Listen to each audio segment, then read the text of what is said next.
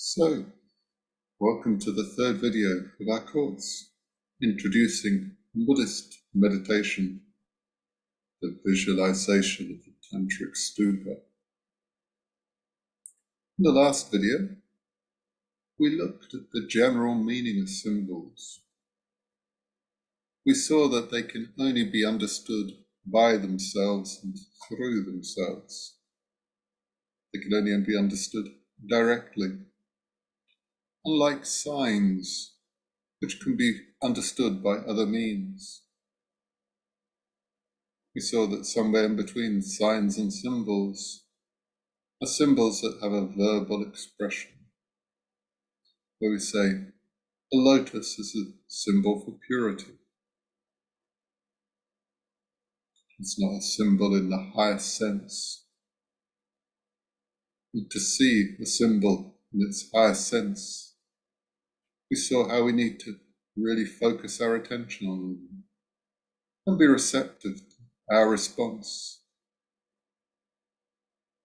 We also saw that symbols need to be things that arouse all our energies, and how important it is to start with finding genuine symbols for us, and not just jumping to the top of the hierarchy, going for pictures of Buddhas and Bodhisattvas when, really, for us they're more just pictures on the wall, nice pictures on the wall.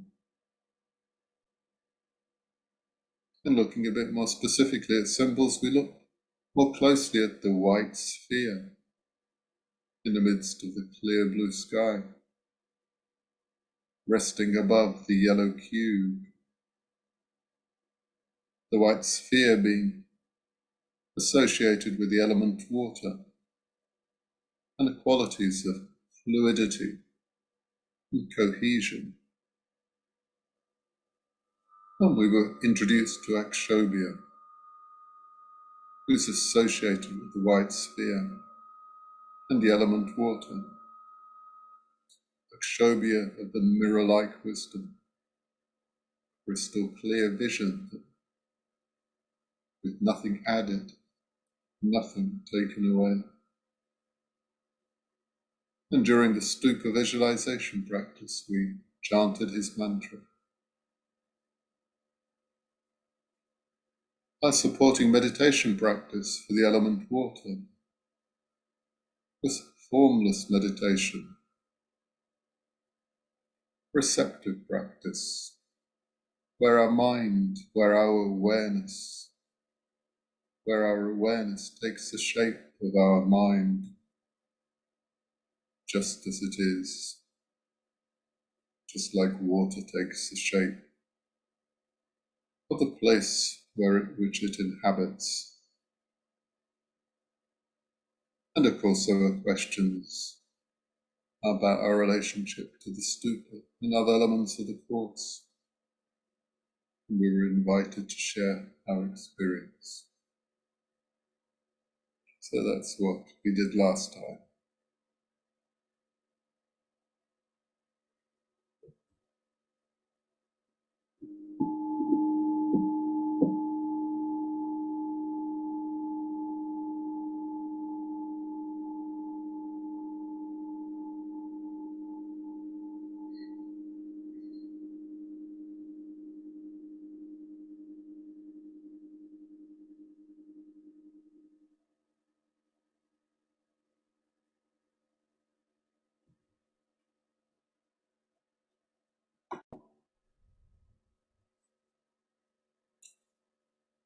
In this video, we're going to look more deeply at the meaning of the elements. The elements in our pre-tantric phase that's common to all Buddhist schools, and how the Tantra brought them into the stupa. We're going to look at the red cone, the element fire of the stupa, associated with the Buddha, Amitabha, the red Buddha, the Buddha of infinite light and infinite love, We heard a little about him last week in the last video. We'll look at his wisdom, his mantra, and a chakra where we can visualize the red cone, and our supporting meditation practice. The element of fire, perhaps no surprise, is the Metta bhavana, the development of loving kindness.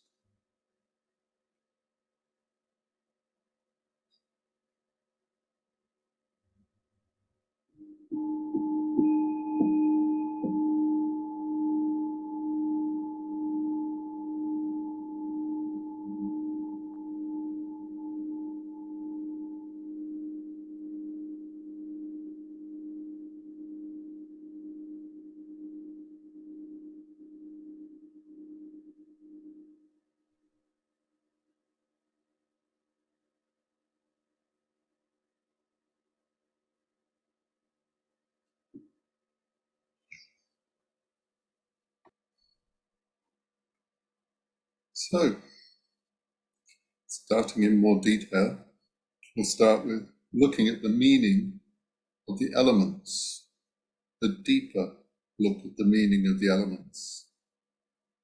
Our source, as usual, is Sangharakshita's book, the founder of our tradition. His book, Creative Symbols in Tantric Buddhism. And leaving the stupa to one side for the moment, we'll look at the 5 elements: earth, water, fire, air, and space. And we'll have a look at the deeper meaning of these 5 elements. These 5 elements are found in all schools of Buddhism.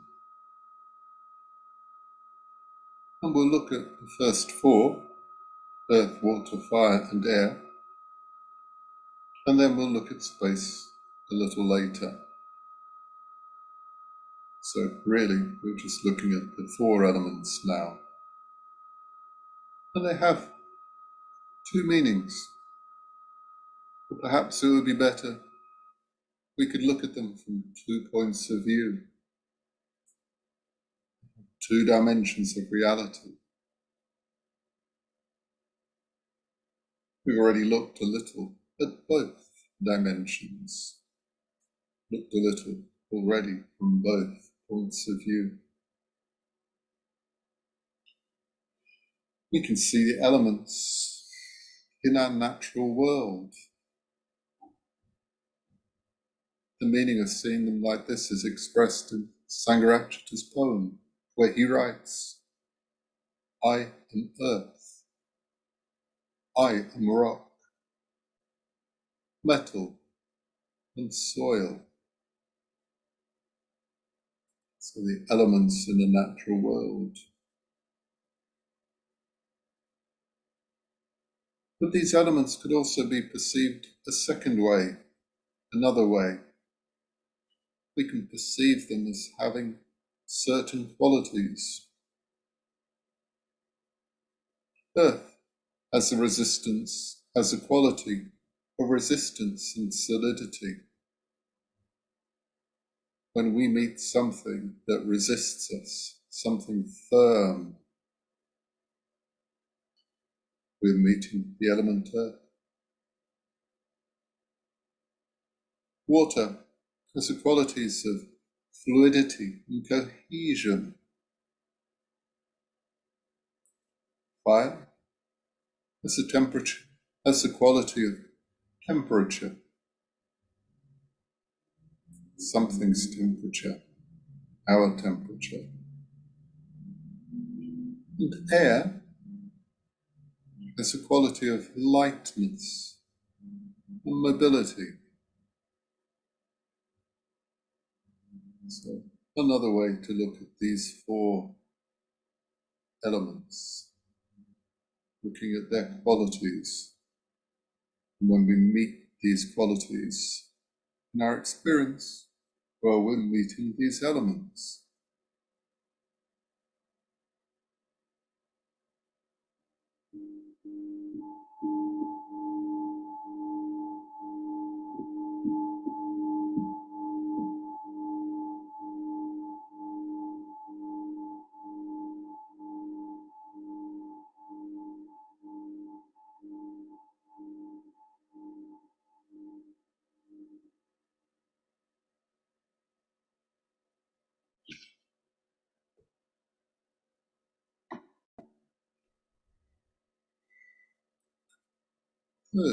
These four elements, earth, water, fire and air, collectively known as rupa.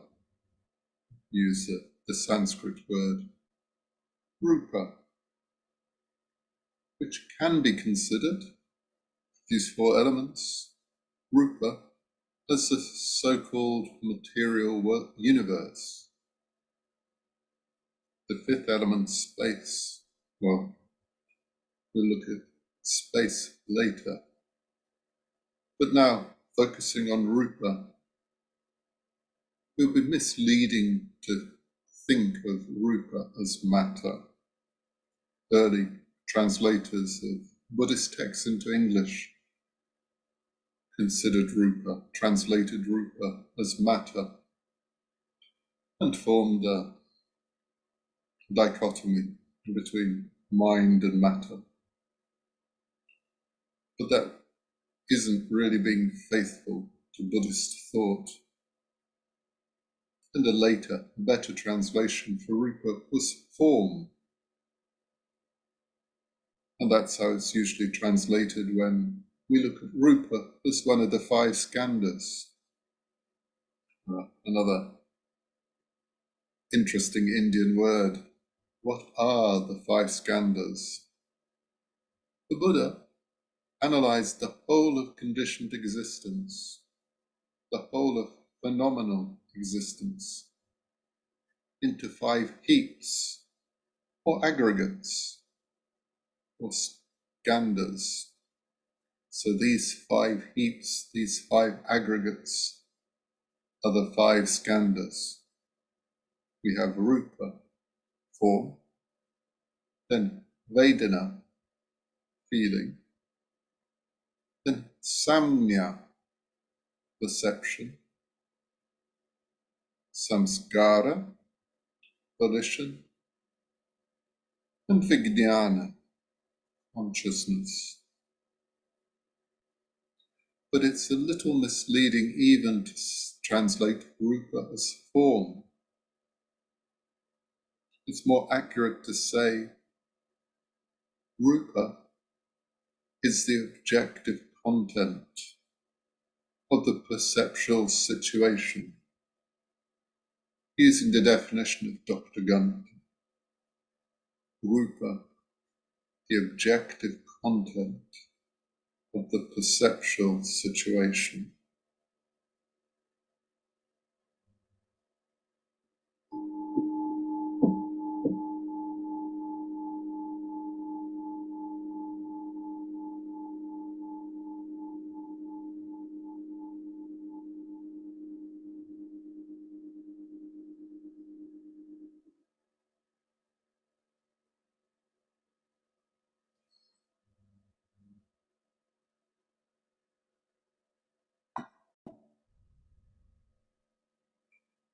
So what does this really mean?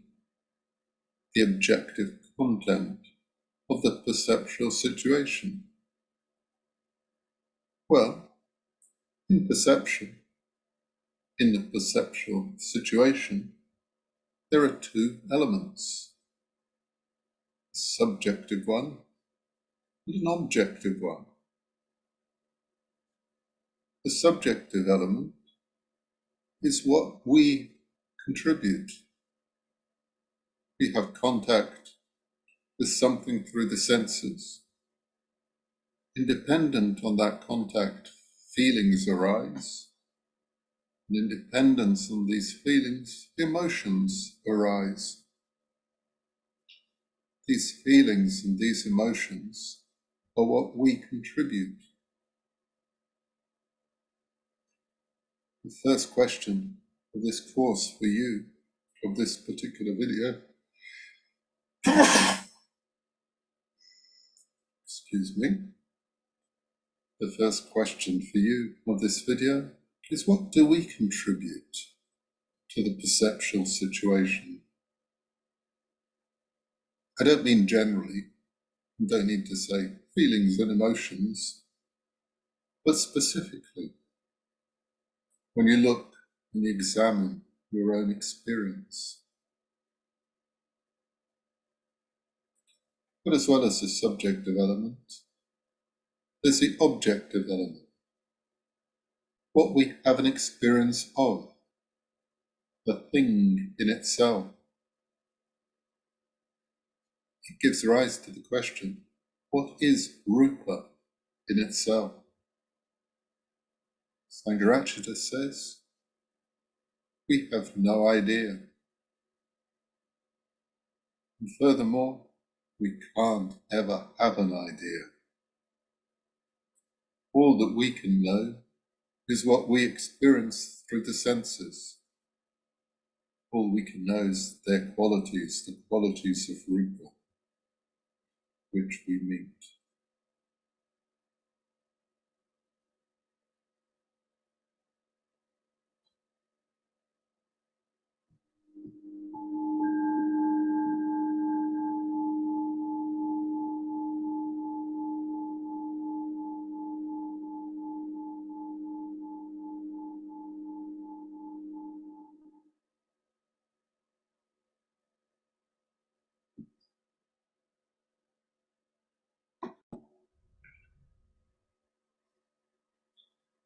These four elements can also be called Mahabhutas.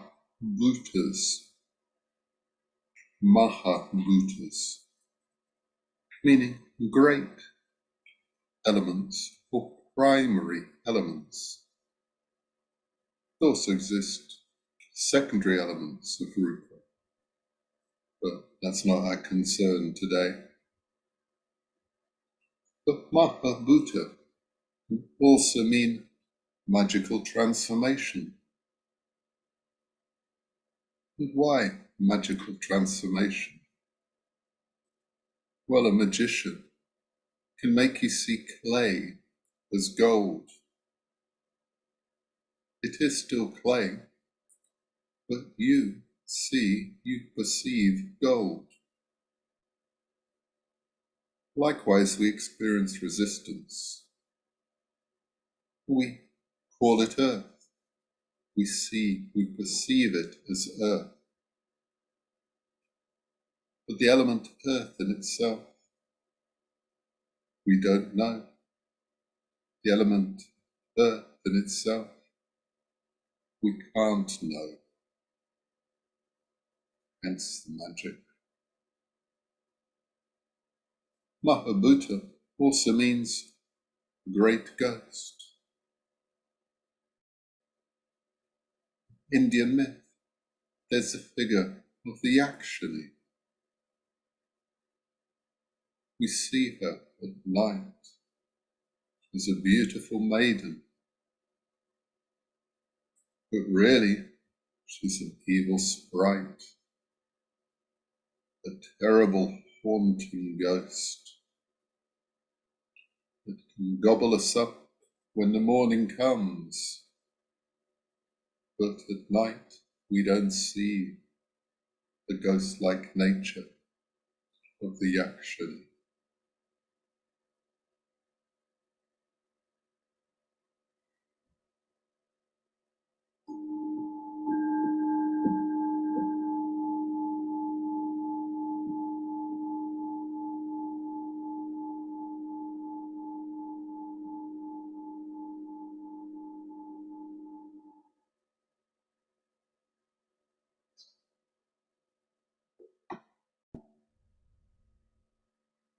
If this seems a little far-fetched, you might like to reflect on, what do we really know about other people? They say, hello. They say, I'm doing fine. And they say, usually, other understandable things, the sort of familiar, habitual things we'd expect them to say. But what do we really know about them, even those closest to us? And if you're not sure about this, well, what do other people really know about you? What are the things you only speak to a few people about, reveal to only a few people about? What are the things that you never reveal to anybody? The complexities, the feelings you never express. What would it be like if everybody was really as complex and multidimensional as you were?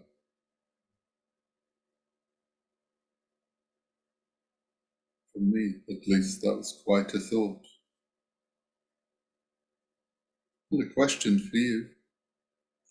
Has anybody you know, or even that you know well, done anything that was really unexpected? Is anyone doing that unexpected thing, giving you the sense that you don't really know them at all?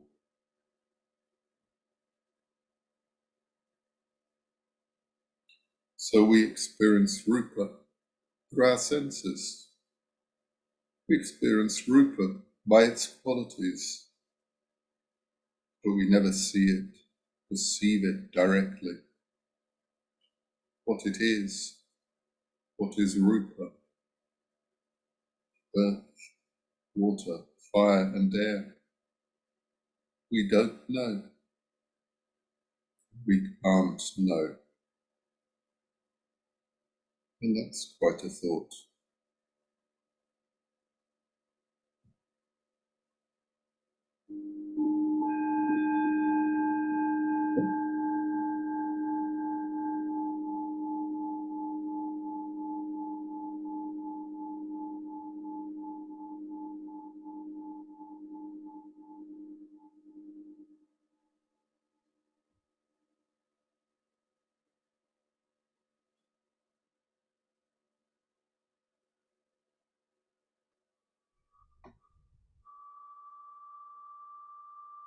In Indian thought, Rupa exists in space. The four great elements exist in space. Earth, water, fire and air exist in space. And what's more, it's space that makes Rupa possible. Therefore, space is more fundamental. Space is more real. But when we talk about space, we're talking about the translation of akasha. And akasha comes from the root kash, to shine. So,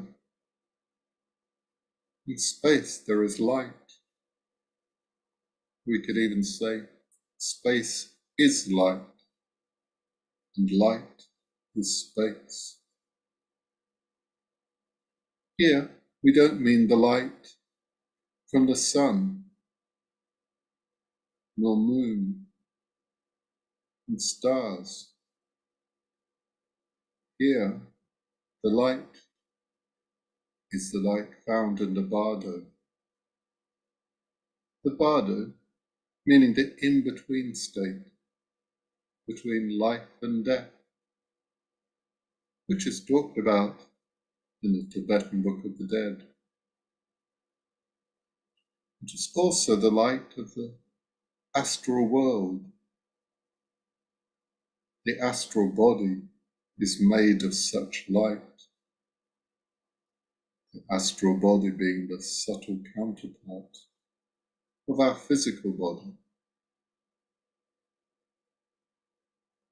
Questions for you for our chat. Have you ever read the Tibetan Book of the Dead? What did you think? What did you make of it? And have you ever been astral travelling? How was it? What happened? So yes, the fifth element, space, akasha.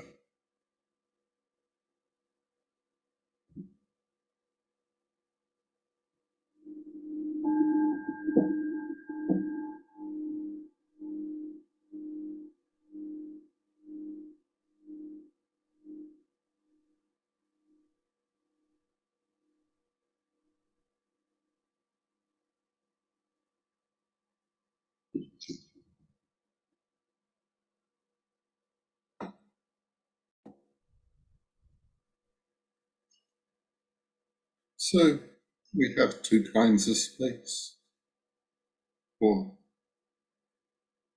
we can see space from 2 points of view, from 2 different dimensions. Like we had 2 ways of seeing Rupa, 2 ways of seeing the 4 elements. Firstly, we have space in which physical objects inhabit, Newtonian space, which obeys the laws of physics, and so on. Our scientific space, space science understands. And secondly, Lama Govinda called imaginal space, space which is inhabited by our imagination.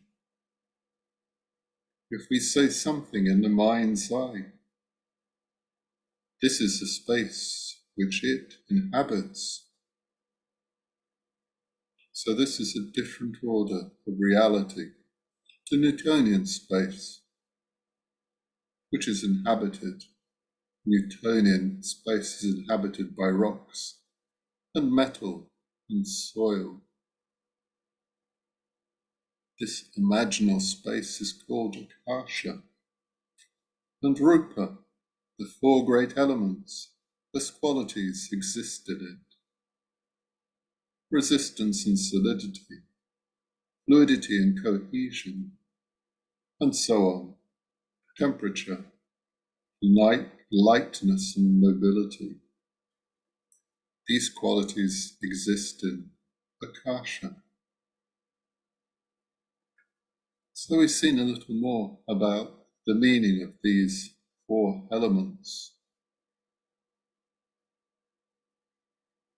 Seen how they are understood in Buddhism, in all schools of Buddhism.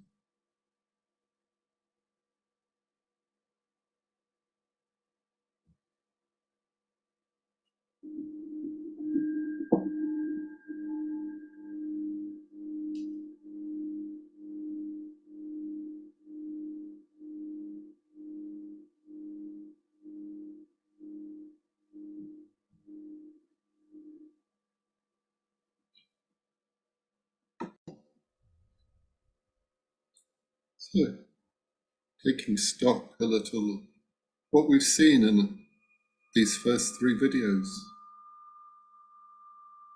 after the parinirvana of the Buddha, after the start of the connection of the stupa with Buddhism, the stupa developed for centuries. Let's see a few images.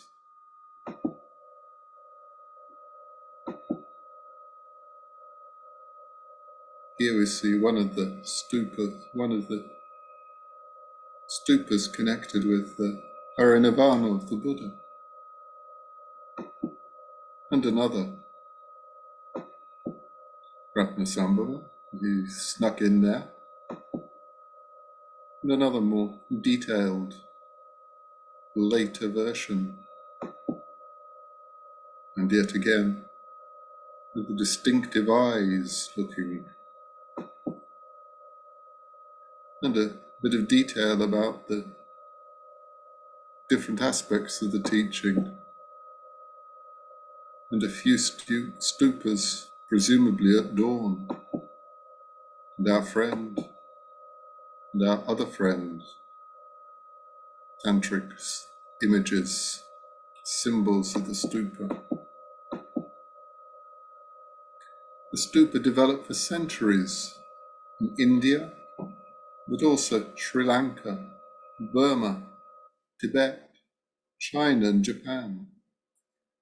More and more symbols were added to the stupa. More and more teachings were associated with the different parts of the stupa, some of which you can see on this image here, the bodhicitta, prajna, enlightenment, compassion, and other teachings. Sangharakshita said the history of the stupa was nearly as complex as the history of Buddhism itself. That telling the history of the stupa became almost the same thing as telling the history of Buddhism. The stupa became a three-dimensional image, a three-dimensional symbol even, of the Buddha's teaching. And we're concerned with we're focusing on the tantric development of the stupa. So we'll focus on three things. We'll continue focusing. First is the elements. Secondly, the vase of initiation. And thirdly, the flaming drop. So that's our direction now.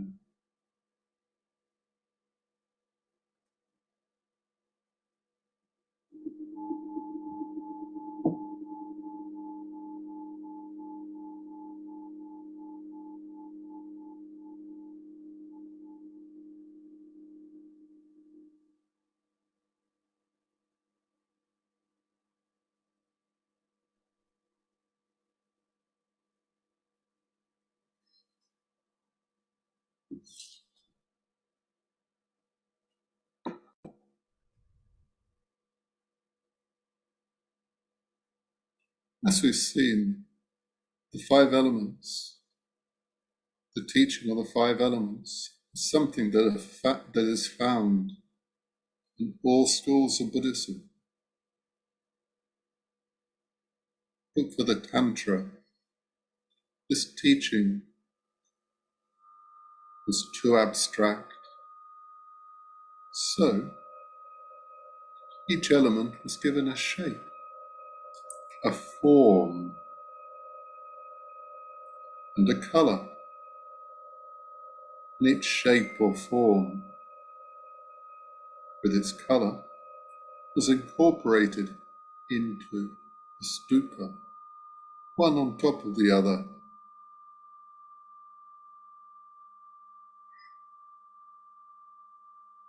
In essence, the stupa became these forms.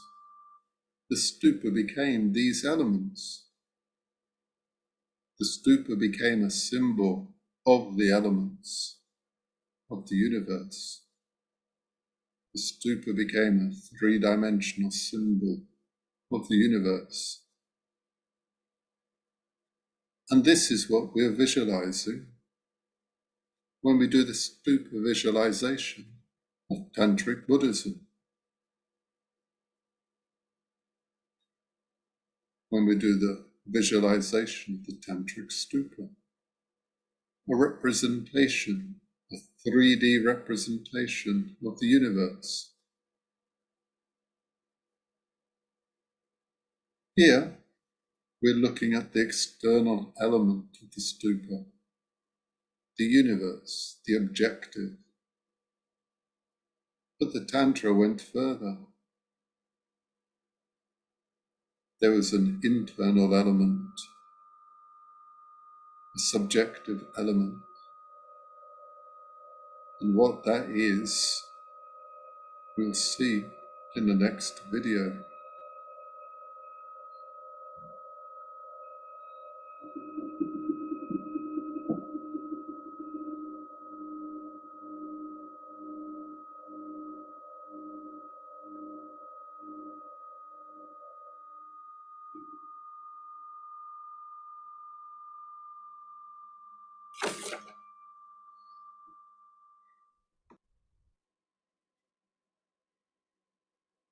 So we've been looking at the meaning of the elements of the stupa collectively.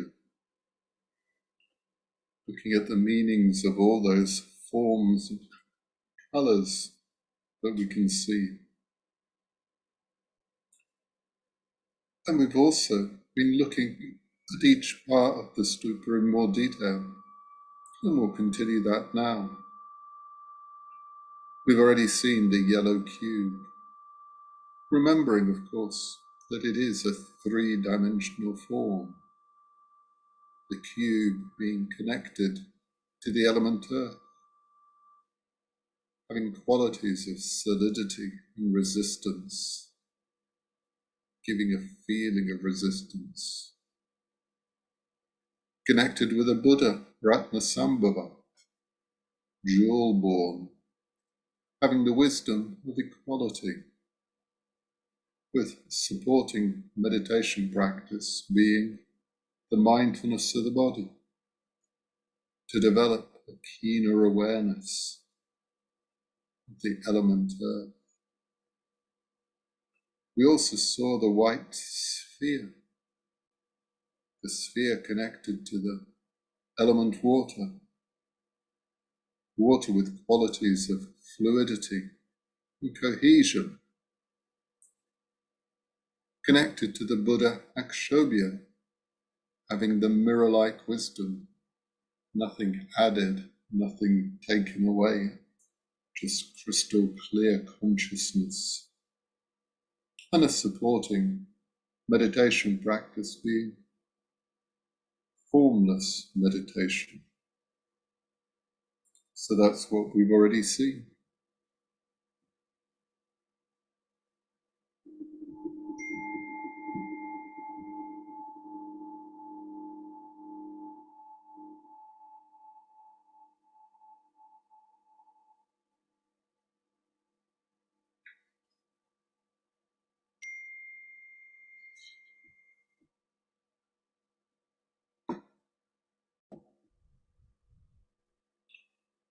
So now we come to the red cone. The red cone connected to the element fire. Fire coming from the sun, travelling through space, to sleep in wood, flint and steel. The quality that we experience of fire is temperature. Fire is that which exists in us as bodily heat and the warmth of an embrace,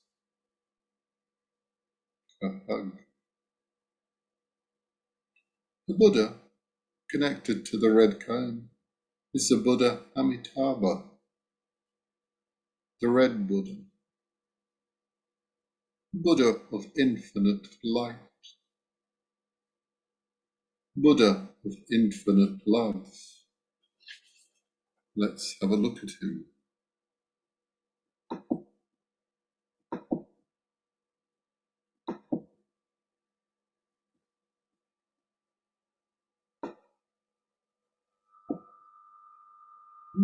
Let's get that bar out of the way.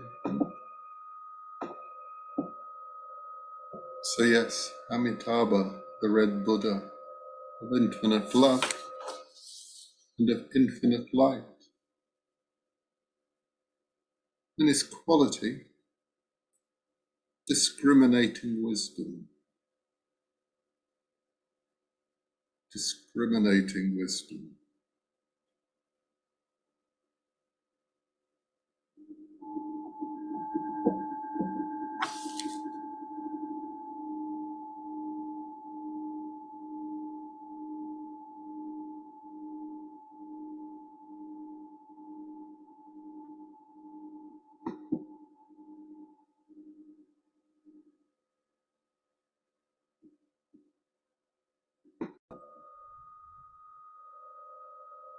There's an interesting polarity between Ratna and Amitabha I wanted to draw your attention to, or more precisely, the polarity between their wisdoms.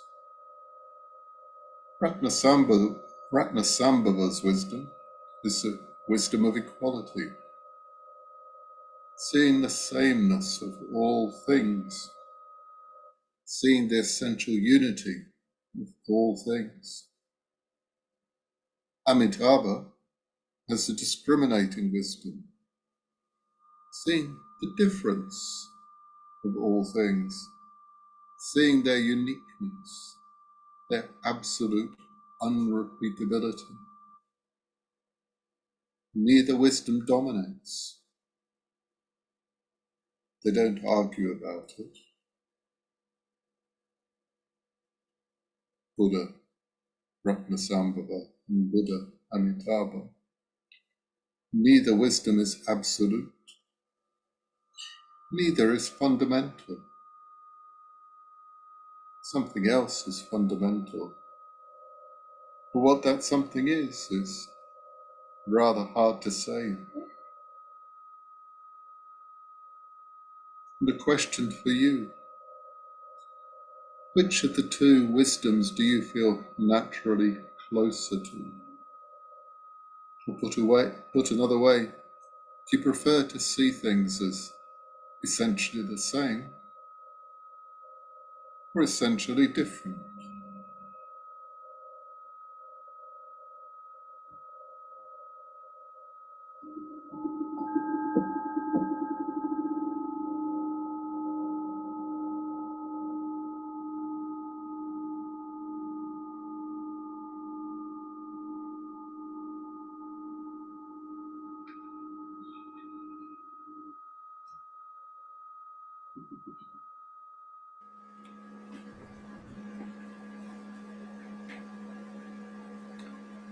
So, returning to Amitabha, the Buddha of infinite light, the Buddha of infinite love. And what supporting meditation practice shall we do? What meditation practice can we do to connect more deeply with Amitabha, connect more deeply with his qualities? What meditation practice can we do to connect more deeply with the element fire and with the red cone of the stupa? The practice to do this, perhaps unsurprisingly, is called the Metta bhavana.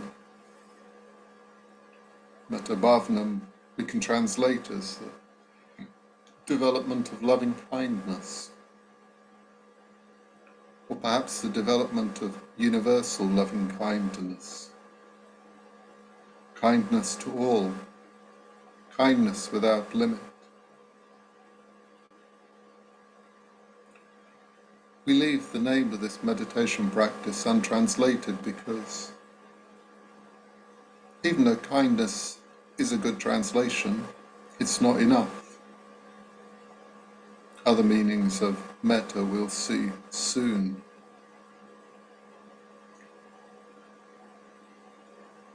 It could be translated as love.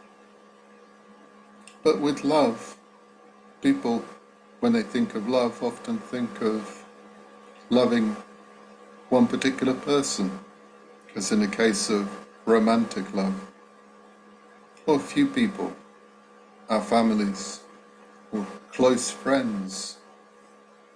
And as we've seen, metta is unlimited.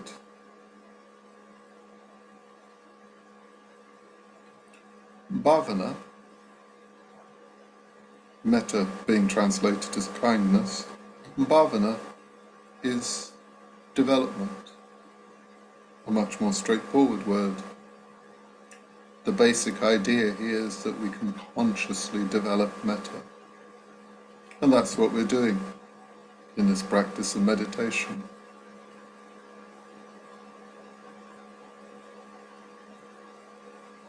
A question for you: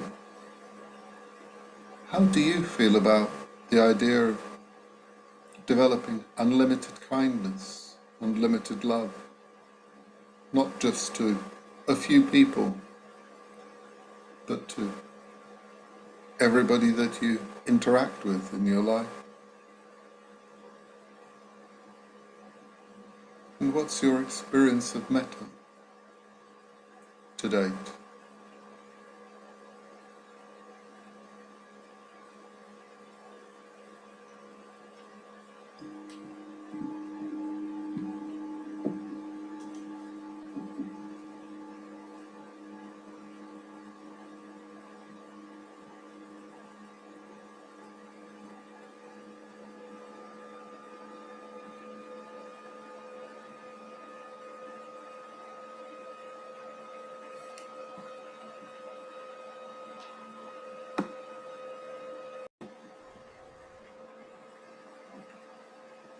But to begin with, we'll just look at the 5 stages of the practice.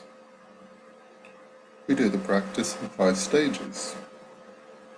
And to begin with, we develop metta, loving kindness, openness and warmth to ourselves. It's said that we need metta to ourselves to be able to develop it for others. People don't always find the stage easy. After developing metta to ourselves, we include in our metta a good friend. This is the 2nd stage. We can choose somebody at the start of this stage who will be our good friend. We can do it quite quickly. And every time we do the practice, we can choose somebody afresh. It's only suggested not to choose a lover, or a parent, or somebody who's died, at least when we start the practice, so we can simply focus on the feelings of friendship.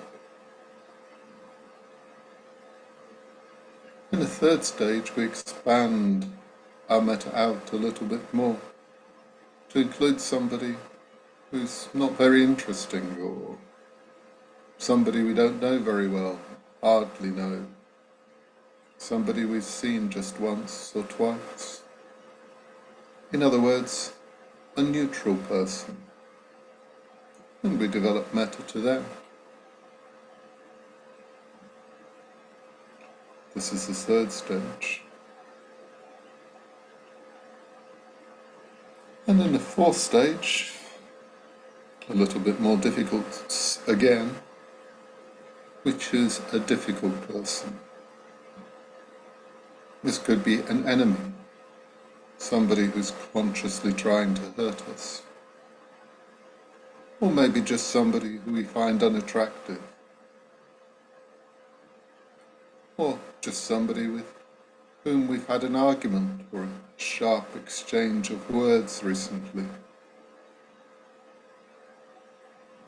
We choose somebody at the beginning of this stage who's one of these people, an enemy, somebody unattractive, or somebody we've argued with, and we develop metta to them.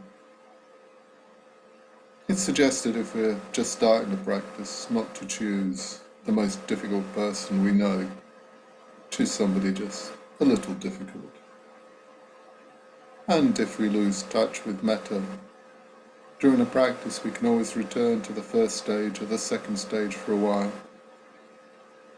until we feel ready to continue with the person in the 4th stage, our difficult person. And finally, in the 5th stage, this is a universal stage. We start with all 4 people together. In principle, all kinds of people are there. Everybody in the world is either, well, ourselves, our friends, neutral people, or people we don't like. Everybody we can think of is falls into one of those categories. So developing metta to all 4 people in the first 4 stages of the practice. We then just expand our metta out without limit, trying to include more and more people and animals, all living beings, trying to include as many people, as many beings as possible, without any exceptions.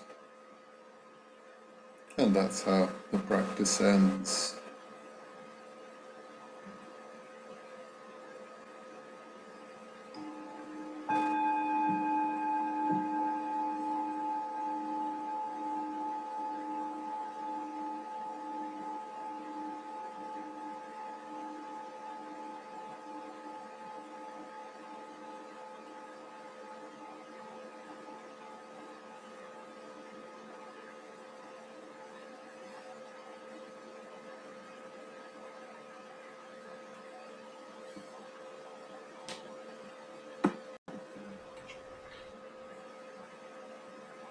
And as I said, people often think of metta as kindness.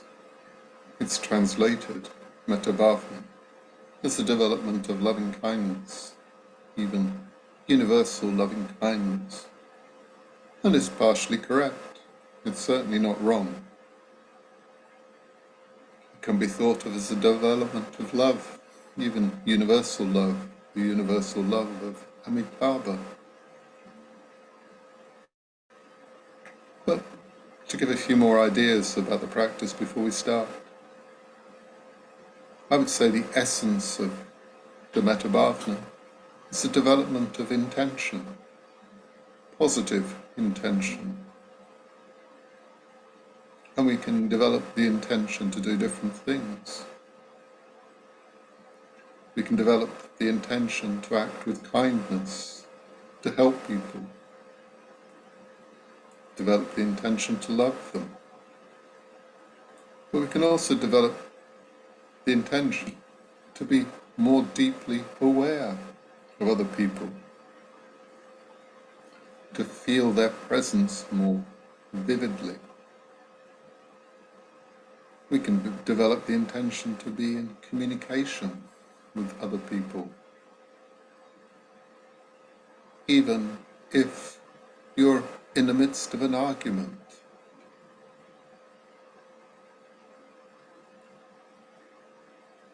It's difficult if somebody's just trying to argue from their point of view to prove that they're right. But if there's a desire to reach the truth on both parties, on both sides, then there's a value to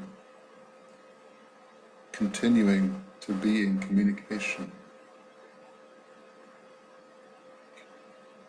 Can develop the intention to see the other person from their point of view, see the world from their point of view, see their reality. So all of these are included in that practice of metta.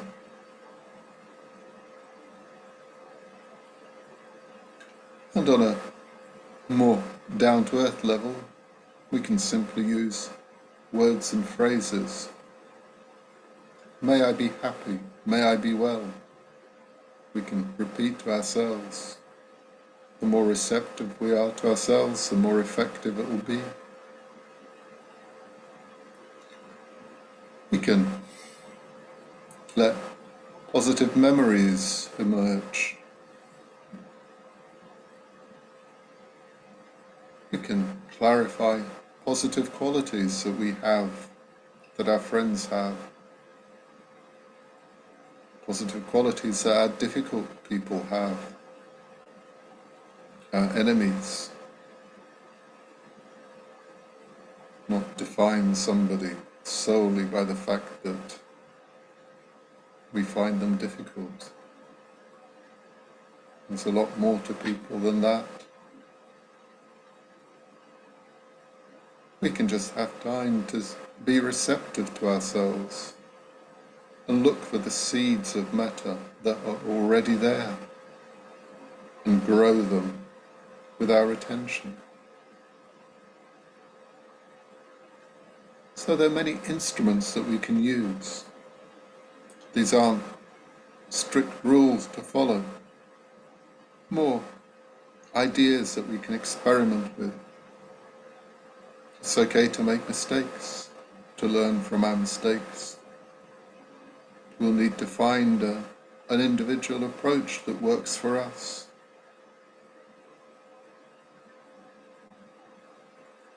We can use our intuition as to how to best develop metta. We're nearly ready to do the practice. Just to say, we can use the other meditation practices that we've already learned as a support for our practice, as a preparation for our practice. If we prepare ourselves well for meditation while we're almost meditating, we can use the mindfulness of the body, focusing on the body, the feelings, the energies, the emotions. And we can use formless meditation, giving ourselves time to do nothing and just be receptive to ourselves, to notice what's there, with a warm and open attitude. Maybe thoughts arise, memories bubble up, and then we can start the practice. So we'll do it in a moment.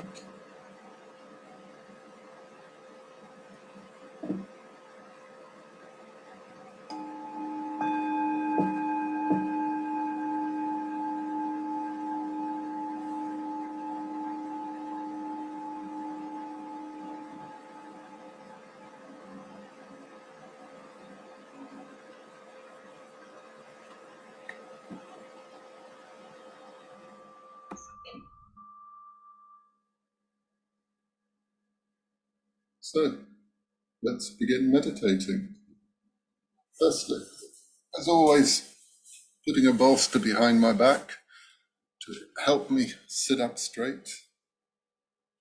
The importance of being upright and comfortable when we meditate.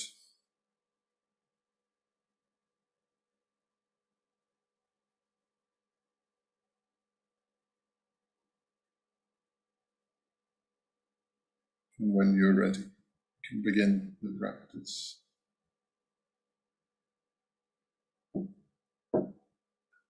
Closing your eyes when you're ready to do so.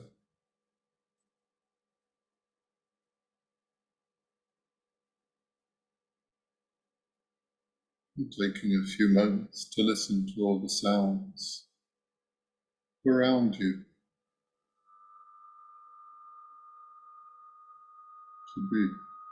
to be more fully in the room where you are.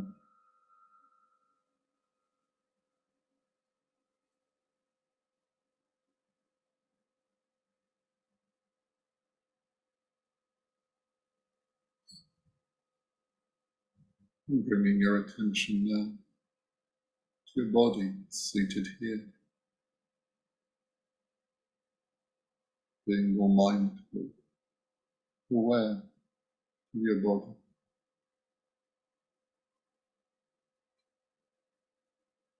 the different sensations that are there, the different energies and emotions.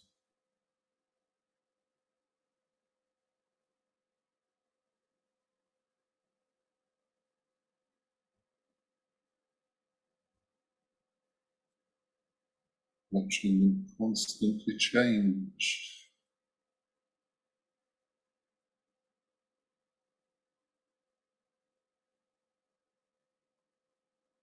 knowing what will arise next.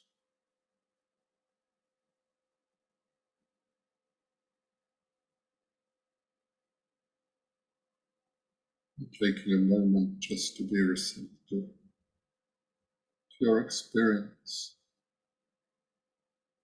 just seeing what's there.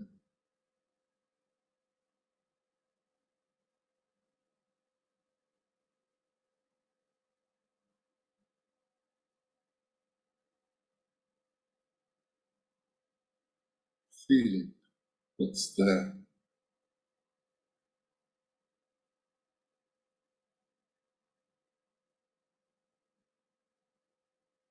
being, what's there.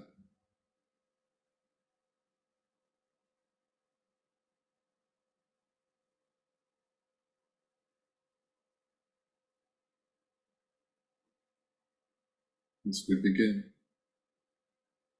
the development of loving kindness, of universal loving kindness, Metta and bhavana.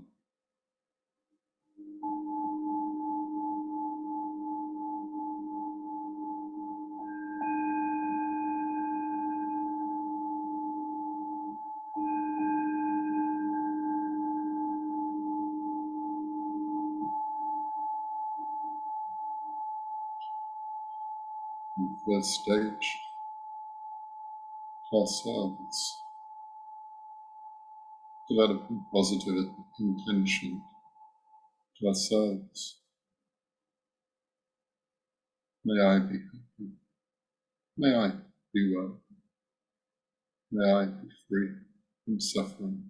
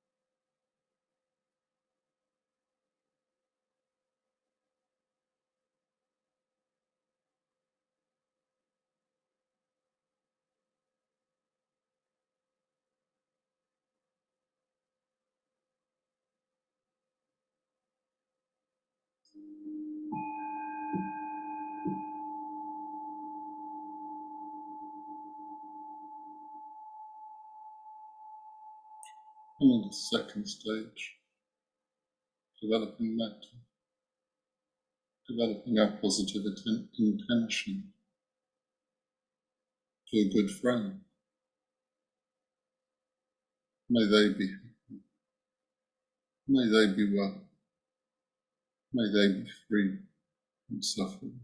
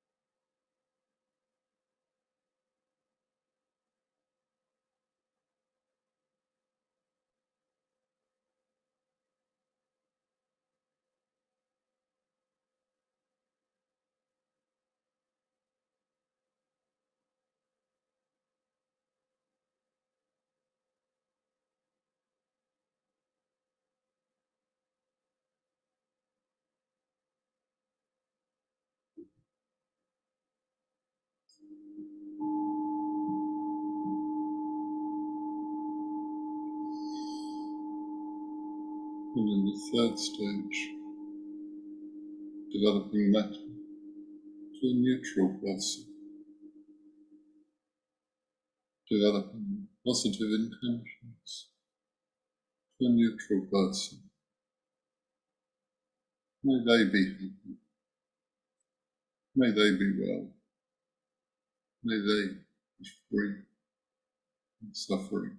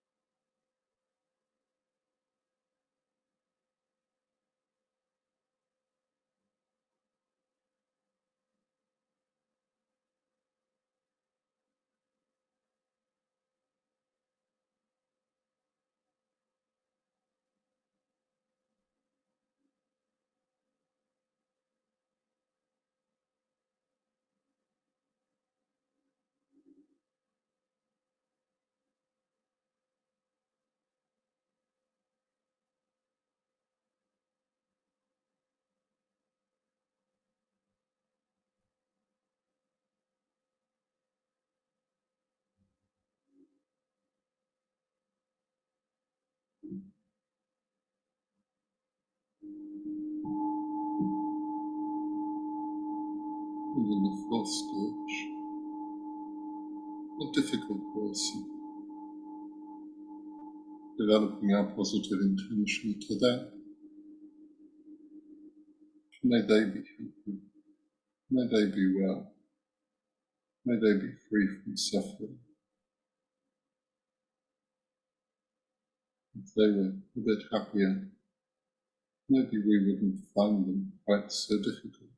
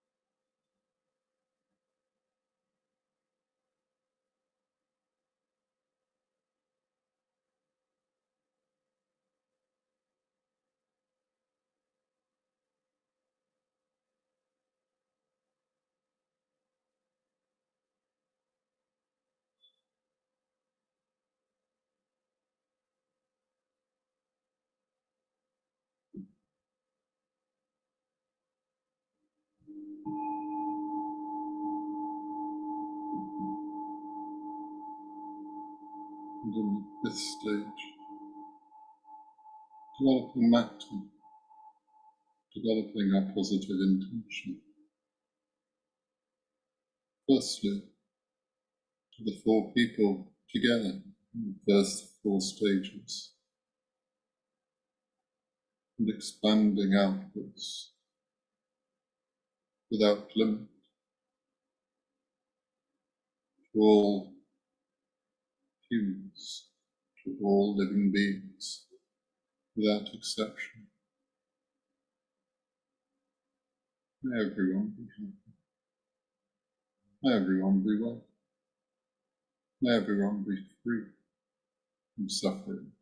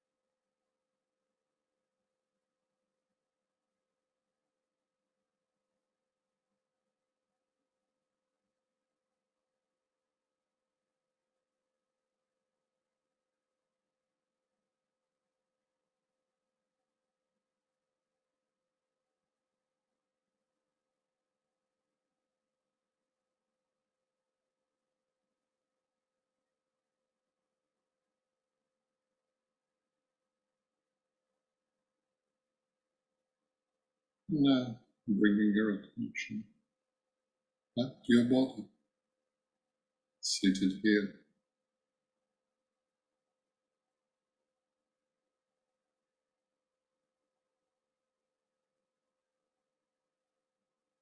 and listening to all the sounds around you,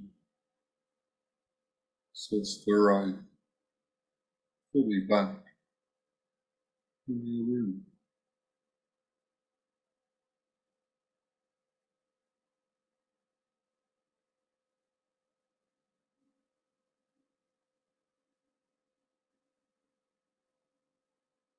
And when you're ready, slowly and gently opening your eyes to finish the practice.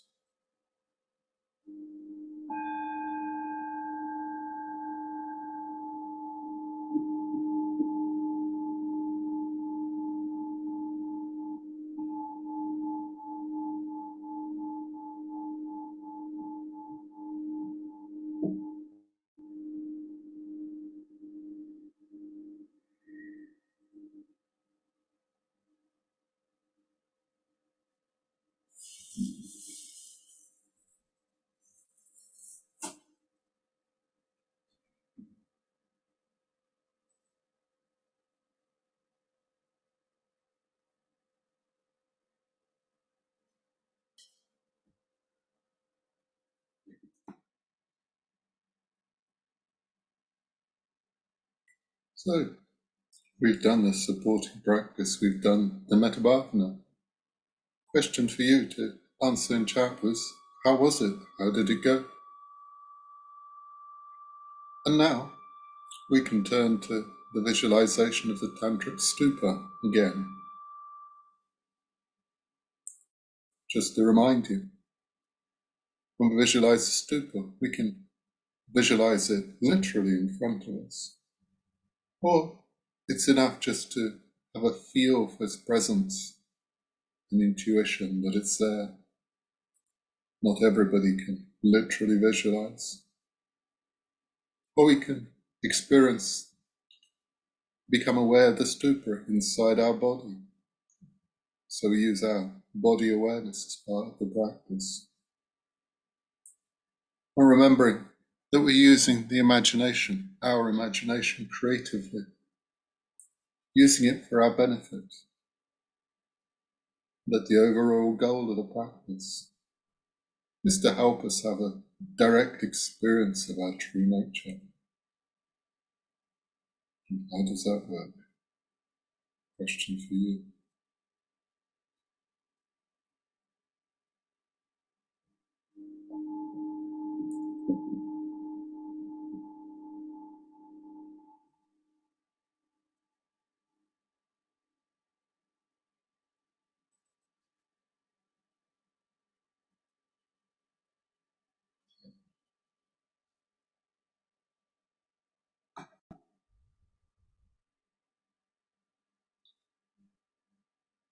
We've already in this video looked in more detail at the meaning of the elements. And we can use what we learnt in reflection when doing the visualization practice. So I thought I'd say a few words about reflection in general. What is reflection? Reflection isn't just thinking about something, like when we think about something at work or at classes in school. And it's not letting thoughts drift in and drift out, like we might do when doing formless meditation. When we reflect, we take an idea or an image, a symbol even. And Sangharacharya said, we can just look at it.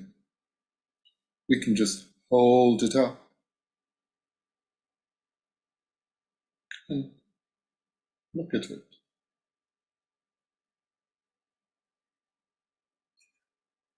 We can see it in the mind's eye. We can see it as a whole, from different angles, different points of view. And being receptive to ourselves, we can see what feelings emerge, what connections we make, what meanings emerge. See if the illuminated nature might emerge. Seeing if a higher dimension of reality might emerge. Another approach that people take to reflection is using an image itself, that of dropping a pebble into a lake. The pebble is your idea, or image, or symbol. The lake is your mind, your consciousness, your awareness.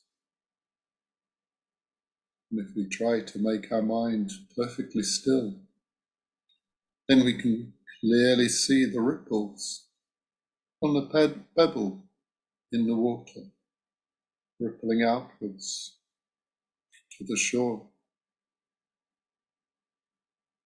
We can see also the pebble sinking to the bottom of the water and how it rests at the bottom of the lake.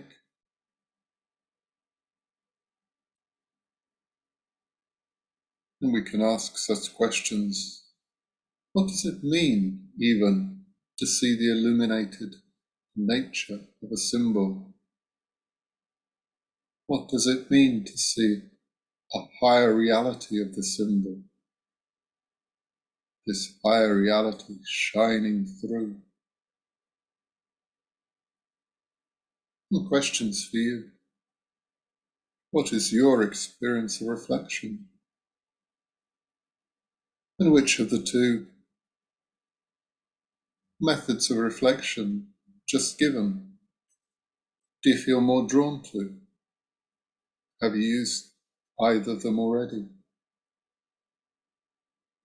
Let us know your experience of them.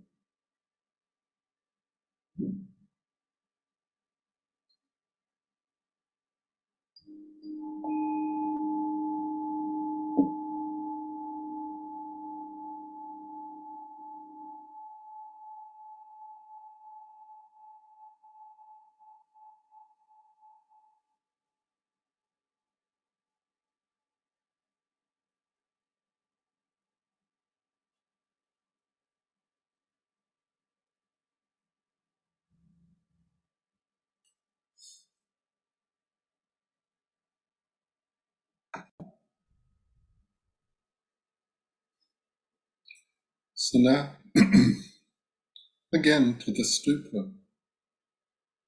As we've seen, in this video we're focusing on the red cone associated with the element of fire, which we experience as a quality of temperature. The Buddha, associated with this part of the stupa, with the red cone, is Amitabha, and we can see his image now.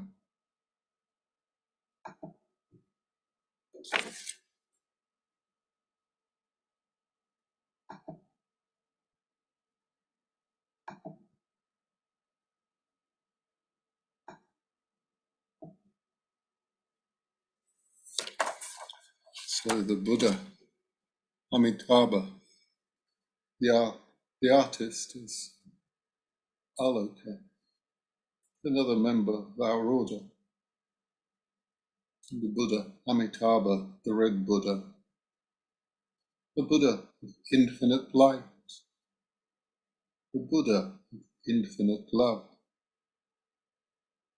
So the connection with the Metta bhavana doesn't need too much expanding upon.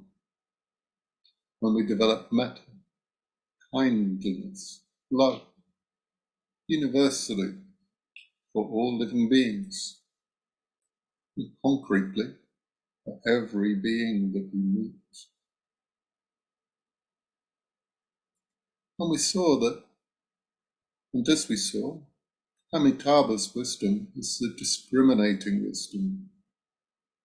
Every object, every person is unique, unrepeatable, the product of a unique collection of circumstances, a unique set of conditions that can never be repeated. The question for you, for reflection, is why do you think the discriminating wisdom, this uniqueness, connected to infinite love, Why is this discriminating wisdom, the wisdom of uniqueness, connected to infinite love? During the practice, we'll chant Amitabha's mantra. And if we're visualizing the stupa in our body, the chakra that is connected, associated, is at the level of our heart, not unsurprisingly. The heart being a remarkable organ, pumping blood around our body. And it continues all our lives, never resting, waking or sleeping. It, our heart, never rests. The source of blood, the source of heat, the source of life. And our heart center, the seat of our emotions, our energy, our life force. And we'll hear an invocation to the element fire. In the universe, the element fire, and in us. Again, hearing a verse from Sangharakshita's poem, The Six Elements Speak. So we've done our preparation. Time soon to start meditating.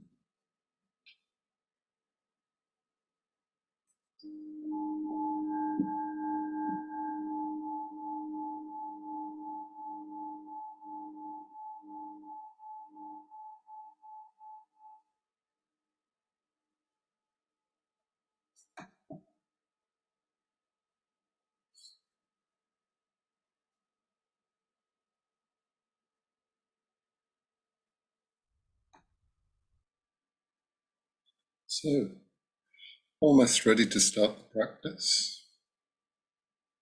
First, I'll show you the image of the stupa while we meditate.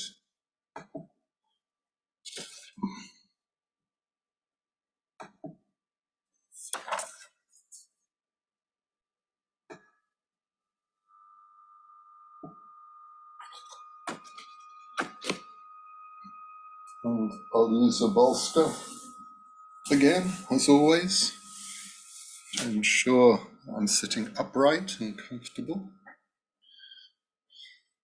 while meditating.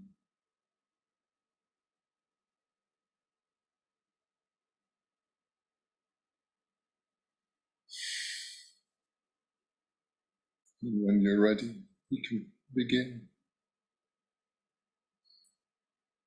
closing your eyes when you're ready to do so.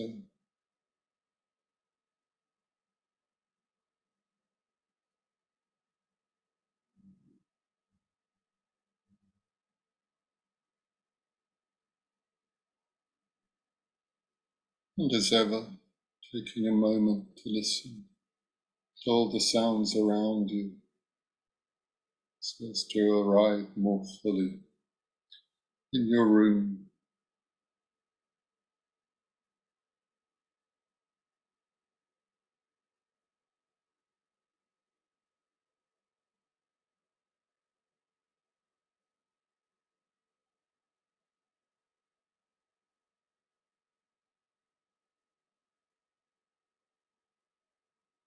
And bringing your attention to your body,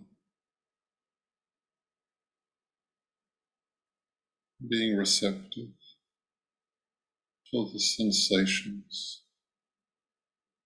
energies, and emotions, thoughts, memories, and images that are in you right now.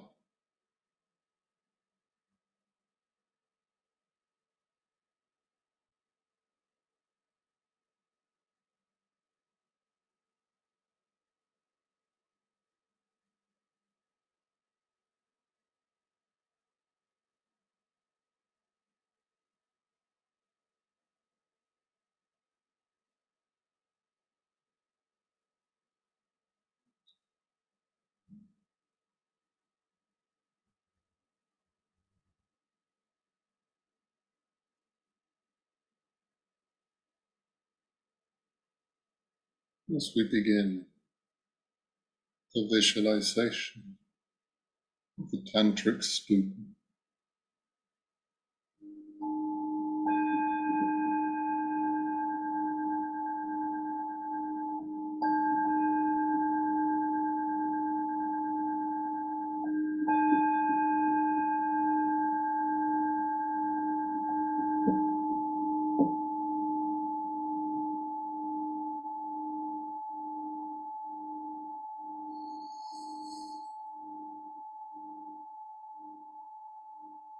And to begin with, becoming aware of a clear blue sky, seeing a clear blue sky all around us,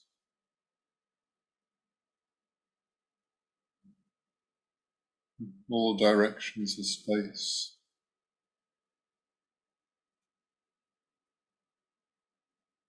before and behind, above and below, to the left and the right, and all the other directions. This vibrant, dazzling, clear blue sky.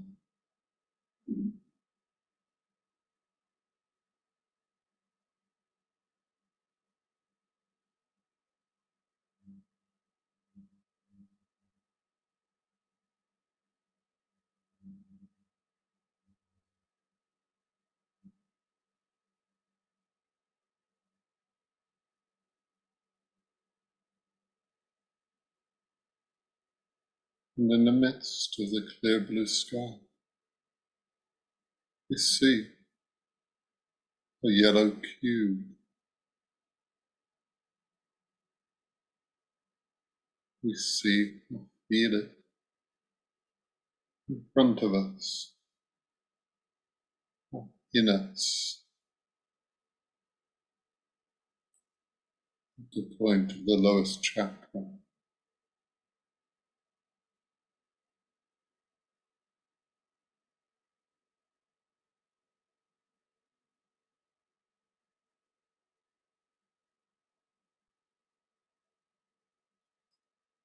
The yellow cube associated with the element earth,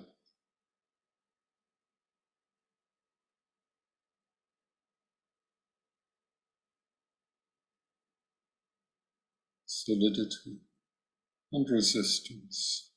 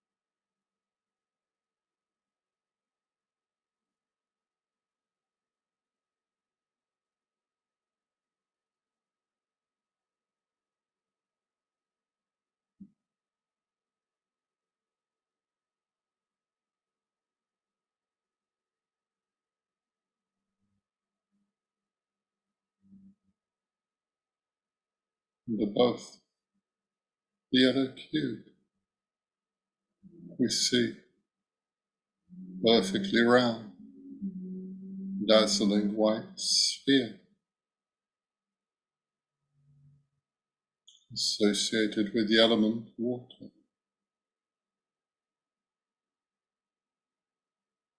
fluidity and cohesion.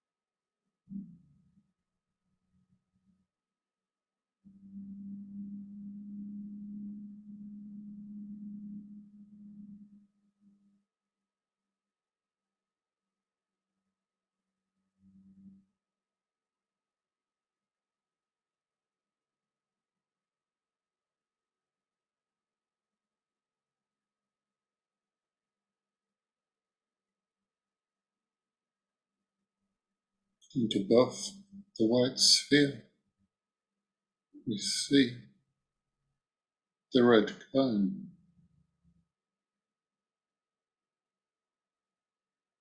associated with the element fire. We experience as temperature.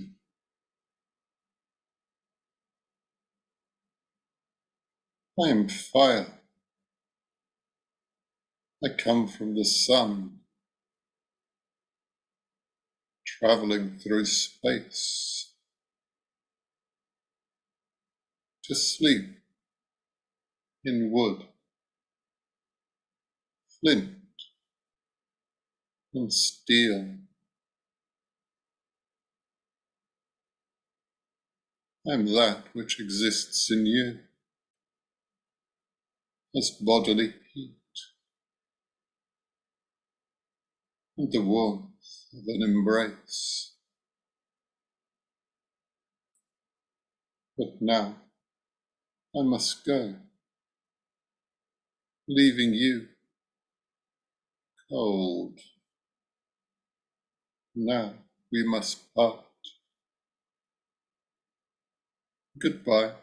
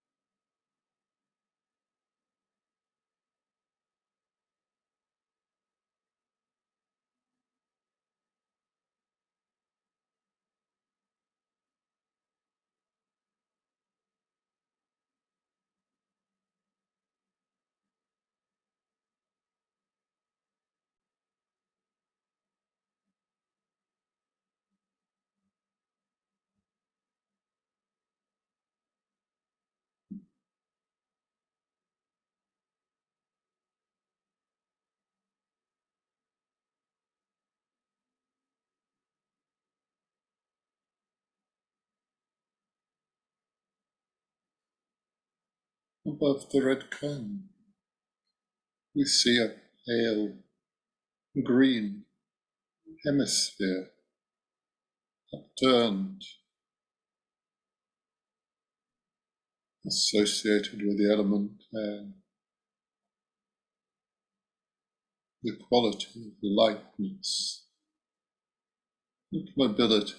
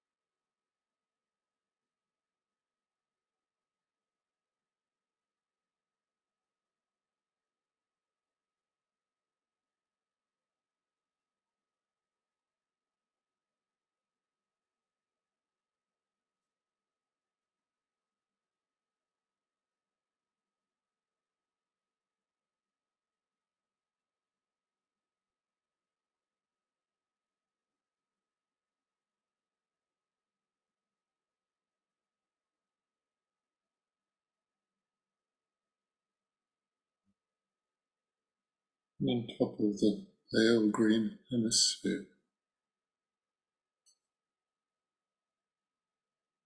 You see a rainbow-coloured drop,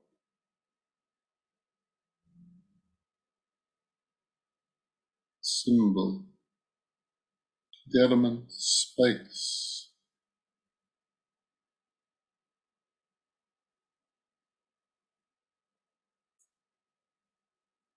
Imaginal space, which is light. Imaginal light, which is space.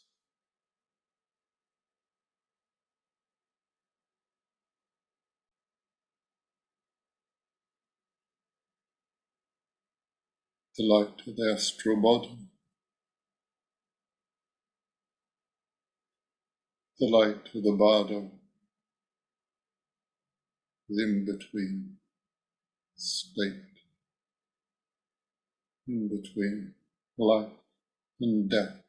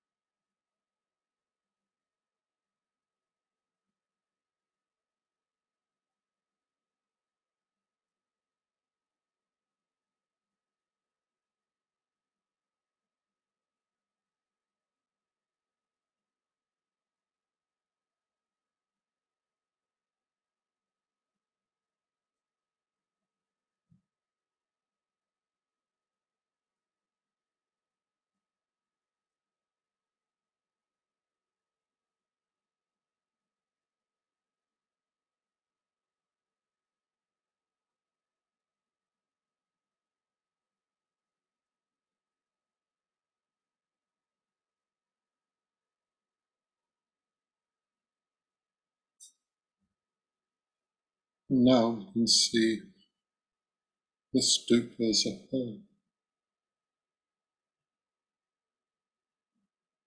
You can see all the elements of our existence, all the elements of the universe existing in the clear blue sky, the clear blue sky of consciousness, unbounded, infinite consciousness.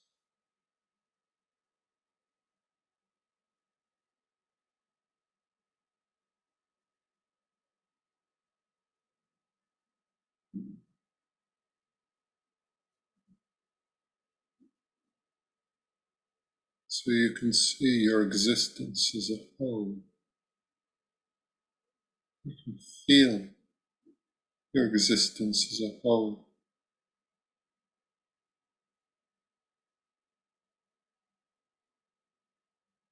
This is your true nature.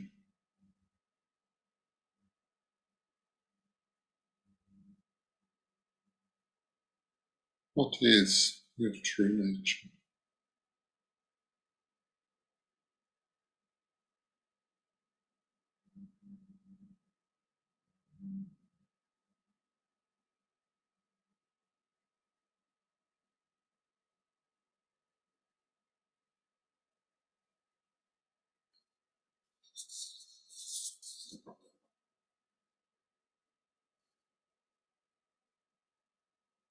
Can you see the illumined nature of your true nature?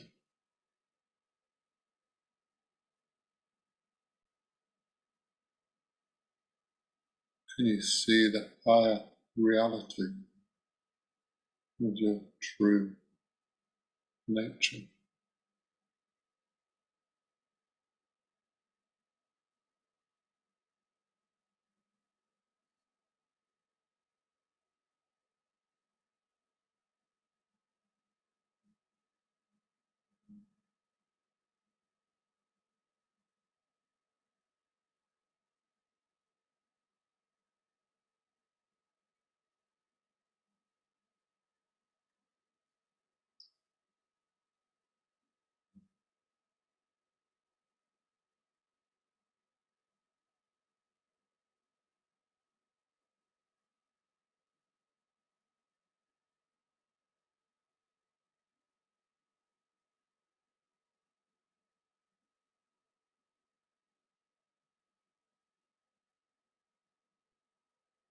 And now, the rainbow-coloured drop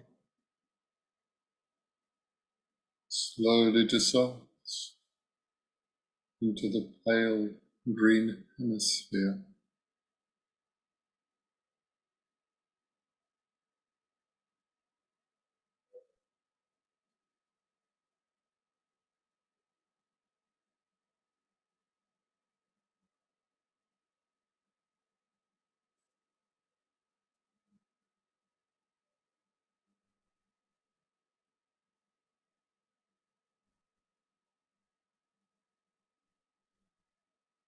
The pale green hemisphere slowly dissolves into the red cone.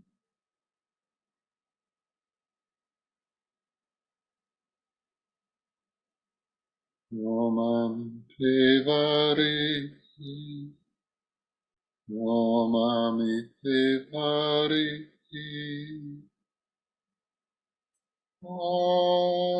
Om Devari, Om Devari, Om Devari, Om Devari, Om Devari,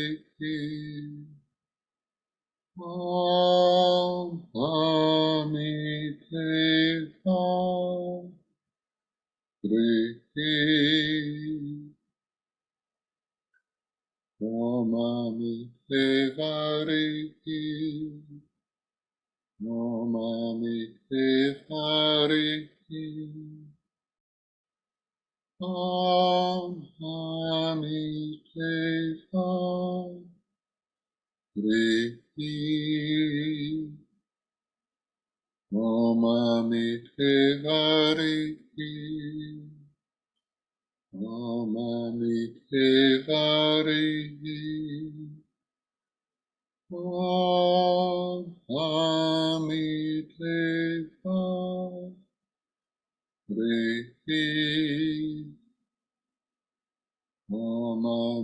Devari, Om Devari,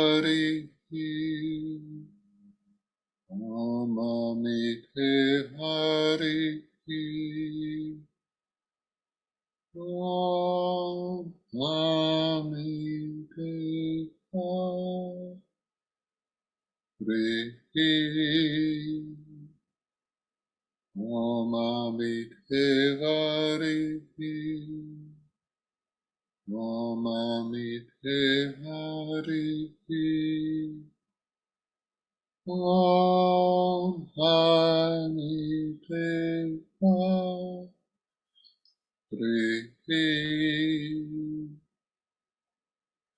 Namamite Harihi, Namamite Harihi, Om Hamite Harihi,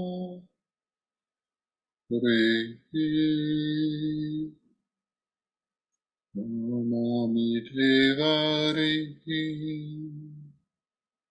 Namamite Harihi, Om Hamite Harihi,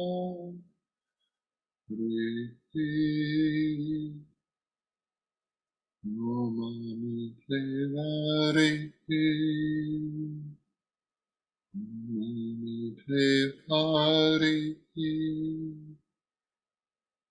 Om Namite Harihi,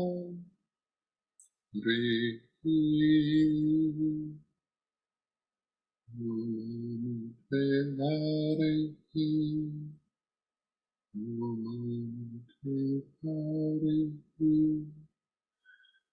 Om Namite Harihi.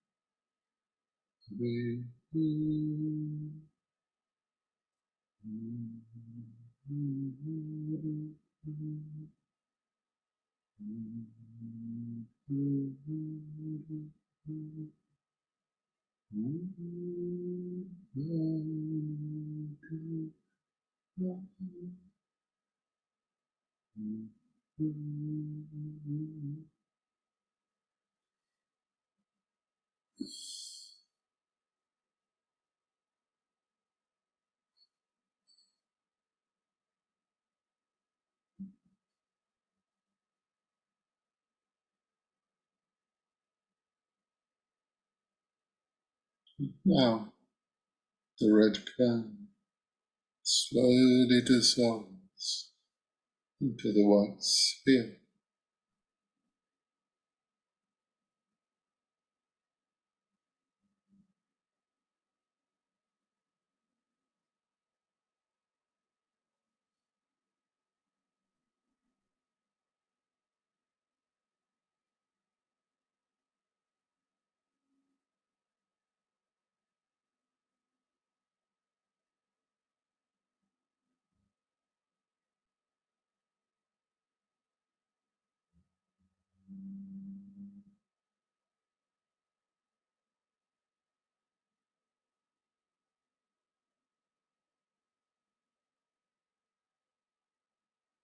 The white sphere slowly dissolves into the yellow cube.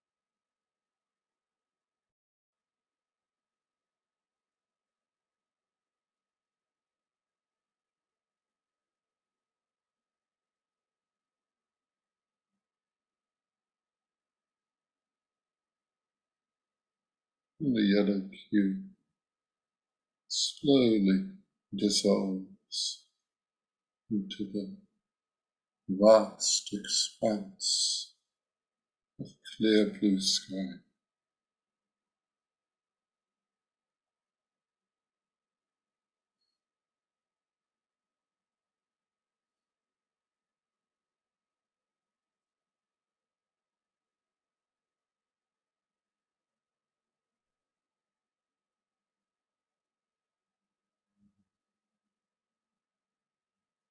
Which itself dissolves away, leaving us to absorb the effects of our practice.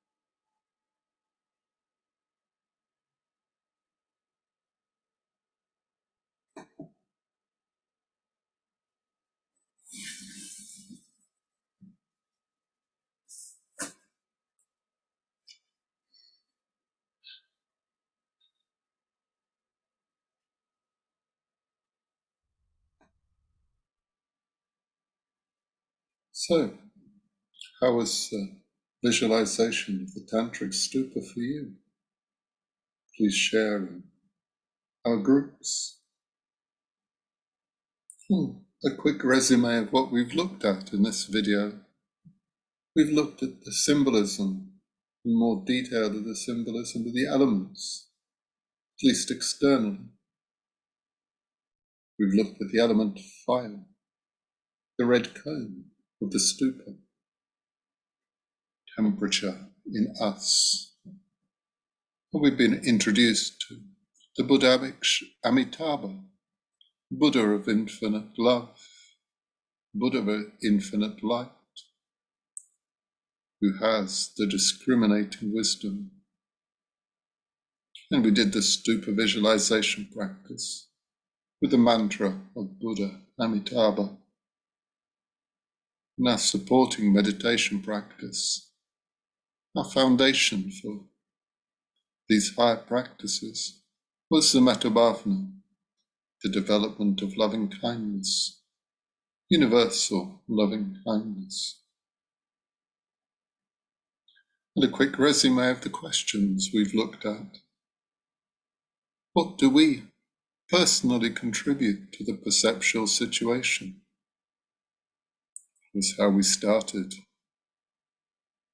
And has anyone you know ever done anything really unexpected and given you a sense that you don't really know them at all? Have you ever tried astral traveling? How was it? Or read the Tibetan Book of the Dead? What did you think? And what's the experience of metta in your life? And the wisdom of sameness and the discriminating wisdom, the wisdom of equality, and the wisdom of seeing everything as unique. Which do you prefer? Which do you feel closer to? How do you feel about the idea of developing unlimited love? Starting today, the next time you leave to go out onto the streets, into the metro, onto a bus. How did you find doing the Metta bhavana meditation? And what's your experience of reflection? And which approach worked better for you? Just holding up an idea, an image, a symbol and looking at it? Or seeing it as a pebble floating, sinking rather, to the bottom of the pond, with ripples rippling out to the banks. And why do you think? A question for reflection. Why do you think discriminating wisdom, uniqueness, is connected with infinite love? And how did the visualization practice, the visualization of the Tantric Stupa, this time?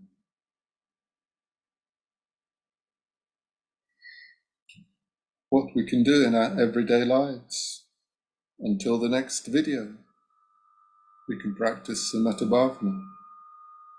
We can meditate doing Metta bhavana. We can do the visualization of the Tantric Stupa practice and chant the mantra of the Buddha Amitabha, maybe at the beginning or the end of periods of meditation.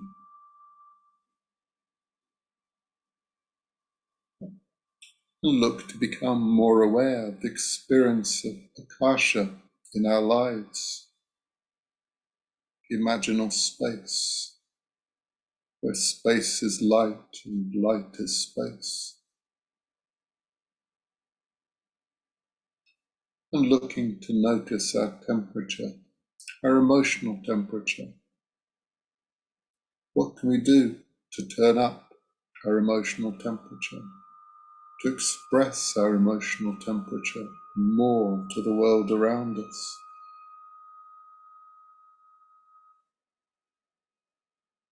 And what can we do to stay more open to the great mystery of life, the great unknown, knowing what we don't know?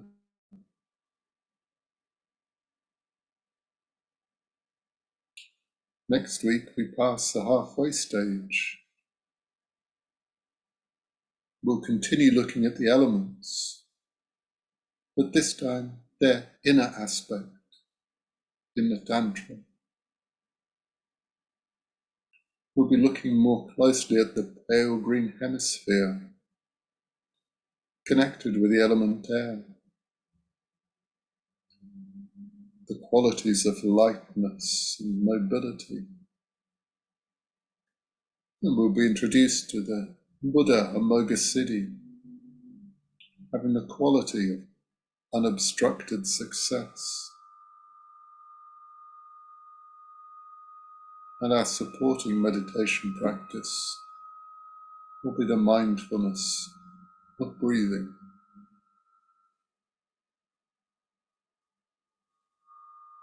Until then, I wish you a week of infinite light and infinite love. Thank you for your attention.